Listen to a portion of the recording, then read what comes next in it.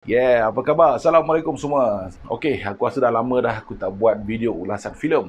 So memang aku dah lama janjikan korang yang aku akan keluarkan video ulasan ke semua filem Rurouni Kenshin. Tapi biarlah orang kata dah lama ke, filem tu dah lepas minggu ke apa ke, aku tak peduli.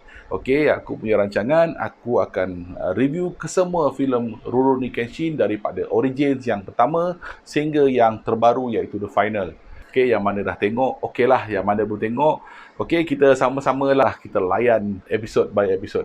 Sambil-sambil tu, aku akan selitkan filem-filem yang terbaru lah yang baru aku tengok. Dan aku akan selang-selikan video ulasan filem baru dan juga filem Rurouni Kenshin. So, tanpa berlengah masa lagi, apa kata, kita review dulu filem Rurouni Kenshin Part 1 Origins. Korang dah ready? Jom!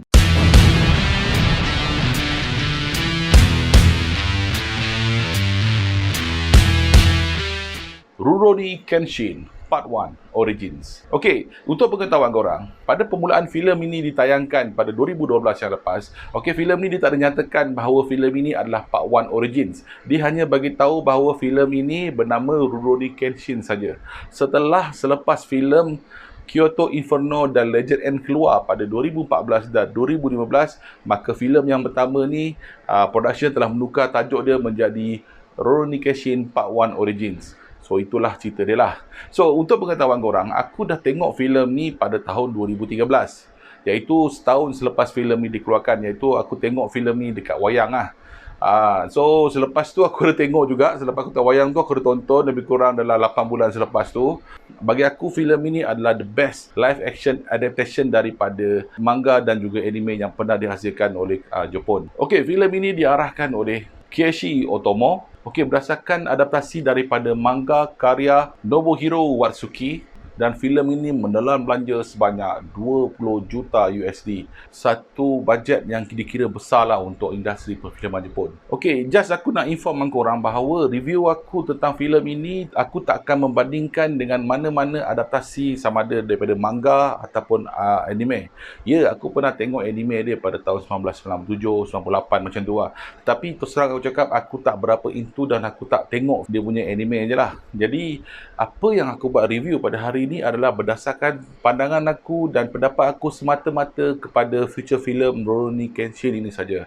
Filem ini mengisahkan tentang seorang pendekar yang bernama Himura Kenshin. So, dia ni dikenali dengan gelaran Hitoruki Batosai, iaitu gelaran pembunuh upahan yang cukup terkenal pada era Meiji. Watak dia ni adalah watak fiksional daripada satu samurai yang terkenal pada era Meiji itulah. Dia punya gerakan, kepantasan dia apa yang menyamai dengan the real action. Tapi kau jangan salah faham bahawa karakter dia ni bukan karakter real, dia adalah karakter fiksional. Untuk pengetahuan korang, permulaan filem ini dibuka dengan peperangan antara gerakan pro-imperialisme Jepun yang mana yang menjadi kerajaan pada hari ini lah. So, gerakan imperialisme ni dia cuba menjatuhkan kerajaan Shogunate ketika tu telah memerintah lebih kurang dalam 300 tahun.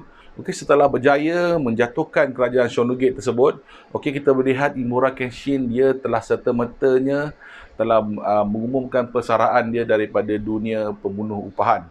Yang mana dia telah berjanji pada diri dia yang dia tidak akan melakukan apa-apa pembunuhan lagi lah. So, sebab itulah Himura Kenshin dia telah membawa satu pedang samurai yang berbeza dengan pedang katana yang lain, yang mana pedang Himura Kenshin ni dia punya pedang adalah reverse blade, iaitu blade yang memotong dia menghadap ke arah dia, yang mana blade yang sepatutnya dia slash itu adalah blade yang tumpul lah. So, tujuan dia bukan apa, sebab dia tak nak membunuh lagi. Bagi dia, kalau dia nak berlawan, just sekadar untuk disable dan cederakan musuh saja, tapi bukan untuk membunuh. Apa yang membuatkan aku betul-betul suka dengan filem ni? Yang pertama, lakonan Takeru Sato yang memegang watak sebagai Himura Kenshin. Wow, lakonan dia bagi aku memang padu lah. Untuk pengetahuan korang, Takeru Sato ni sebelum dia berlakon dalam serial Rurouni Kenshin ni, beliau merupakan seorang pelakon yang memegang watak sebagai Mask Rider dalam serial Den-O. Itu antara permulaan dia lah pada awal sebelum pada era 2007-2008 macam tu. Siapa sangka pelakon Mask Rider, Kamen Rider ni, dia telah melakonkan watak Himura Kenshin yang cukup berkesan. Aku suka dengan dia punya riak muka dia. Aku suka dengan karakteristik dia. Daripada riak wajah dan muka dia, kita boleh lihat muka dia ni terpendam dengan 1001 persoalan dan juga penyesalan yang beliau cuba simpan dalam jiwa dia. Cerita ni apa yang best, Takeru Sato dia sendiri melakukan scene-scene pergaduhan dan dia sendiri melakukan aksi-aksi stunt. Bagi aku komitmen dia dalam filem ni betul-betul terbaik lah. Dan aku nampak selepas aku tonton filem ni, tak ada lagi mana-mana pelakon Jepun yang sesuai melakukan watak Himura Kenshin ni selain daripada Takeru Sato. Dia adalah truly Kenshin bagi pendapat aku. Okey, yang kedua bagi aku adalah pemilihan pelakon seperti watak Karyo, okey, watak Sonosuke, okey, lepas tu watak Hajime Saito yang polis tu kan, watak-watak penjahat dia lain seperti lakonan daripada Koji Kikakawa, Go Ayano dan juga Genki Sudo memang tak mengapakan. Semua pelakon supporting cast ni berjaya melakukan watak mereka dengan cukup berkesan. Bagi aku filem Rurouni Kenshin yang pertama ini dia bukan sekadar filem yang sekadar nak lawan, fight, apa sajalah. Tapi filem ini mempunyai karakter depth yang cukup baik. Aku suka dengan penulisan karakter untuk setiap watak ni. Bagi aku, penulis dan juga produksi berjaya lakukan justice adaptasi daripada manga terjemahkan kepada bentuk filem dengan cukup berkesan. Tahniah kepada tim produksi. Filem ni berjaya potretkan bahawa untuk melakukan satu pembunuhan adalah satu benda yang amat berat lah. Bagi aku, pendirian yang ditunjukkan dalam cerita ni cukup berkesan. Kalau nak ikutkan orang jahat tu semua, kalau dia tak gunakan reverse blade ni, dah lama mati lah sebenarnya. Tetapi disebabkan dia punya pendirian tu, dia tak nak bunuh, dia secara nak cedera dan disablekan saja. That's why benda tu menjadikan lebih interesting lah. Tetapi apabila pada ujung cerita ni dia dah buat decision, dah tak ada peluk, dah tak ada lagi lah kata apa jalan penyelesaian terakhir, melainkan kena bunuh saja orang jahat tu. So masa dia nak bunuh tu, decision dia tu kita boleh nampak berat, kau tahu tak? Aku suka dengan koreografi fighting scene dia. Wow! Terus terang aku cakap, aku memang tak sangka syarikat produksi Jepun berjaya menghasilkan satu filem yang mempunyai koreografi perlawanan yang cukup mantap dan berkesan. Abang aku adalah practitioner martial art. Dia sendiri bila dia tengok filem ini, dia memang puji lah. Dia kata satu perkembangan yang dia tak pernah tengok sebelum ni lah. Samurai babe. Selama ni kita tahu samurai slash biasa je kan. Aku suka dengan cara Himura Kenshin berlawan dalam filem ni. Filem ni berjaya menunjukkan ketakasan, kelajuan dan juga kemahiran Himura Kenshin. Nampak benar bahawa dia ni sesuai dengan gelaran Hitoriki Battosai, pembunuh yang tak terkalah. Dengan dia punya kelajuan dia, dengan dia punya ketakasan dia, ketak macam tu. Memang aku tercengang lah bila aku tengok. And then karakter-karakter yang lain, contohnya macam orang jahat yang mata dia macam ada style mata Sharingan kan. Dia punya style memang terbaik. And then Mamat yang pakai mask tu, dia adalah gunslinger. And then watak Sonosuke, masing-masing dia ada karakteristik perlawanan masing-masing.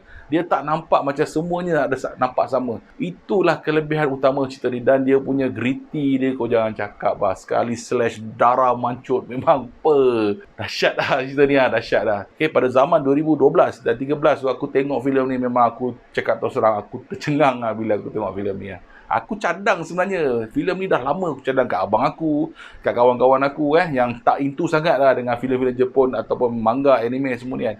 Diorang mau tak heran dia. Tapi bila sekarang filem ni dah ditayang kat Netflix, baru kau tahu.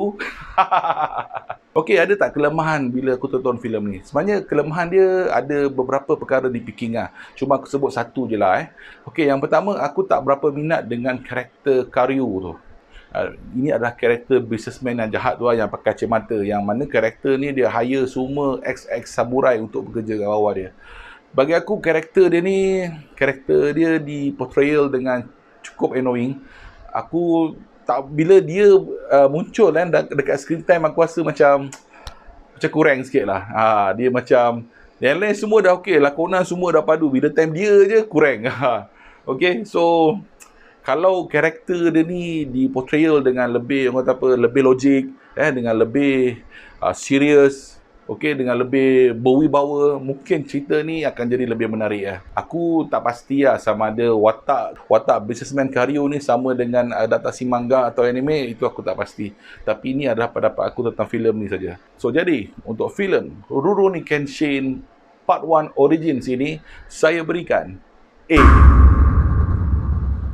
So, kenapa aku bagi A untuk filem Rurouni Kenshin yang pertama ni? Yang first, filem ni bagi aku adalah live action yang terbaik yang pernah dihasilkan oleh mana-mana syarikat produksi Jepun. Bagi aku, filem ni adalah pencetus utama yang menyebabkan aku betul-betul into dengan franchise Rurouni Kenshin ni.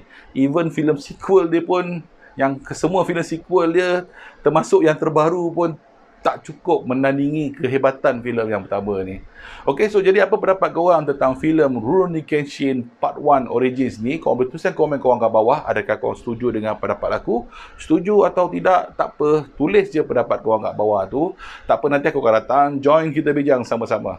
Okey, so jangan lupa follow ZTV Malaysia, tekan butang like, subscribe dan yang paling penting sekali, tekan loceng notification tu. Yeah, korang memang terbaik. Okey, lepas ni aku akan keluarkan review filem filem apa? Tentang filem Pak Mat, Liv dan juga AJK. Filem yang betul-betul membuatkan aku surprise dengan filem tu. So bila aku langgan, aku tengok 5 minit yang pertama, aku betul suka pula dengan filem tu. Aku rasa filem tu sepatutnya aku kena buat review lah. So kita jumpa lagi besok untuk ulasan filem tersebut. Alright? Okay, terima kasih. Assalamualaikum. Yeah!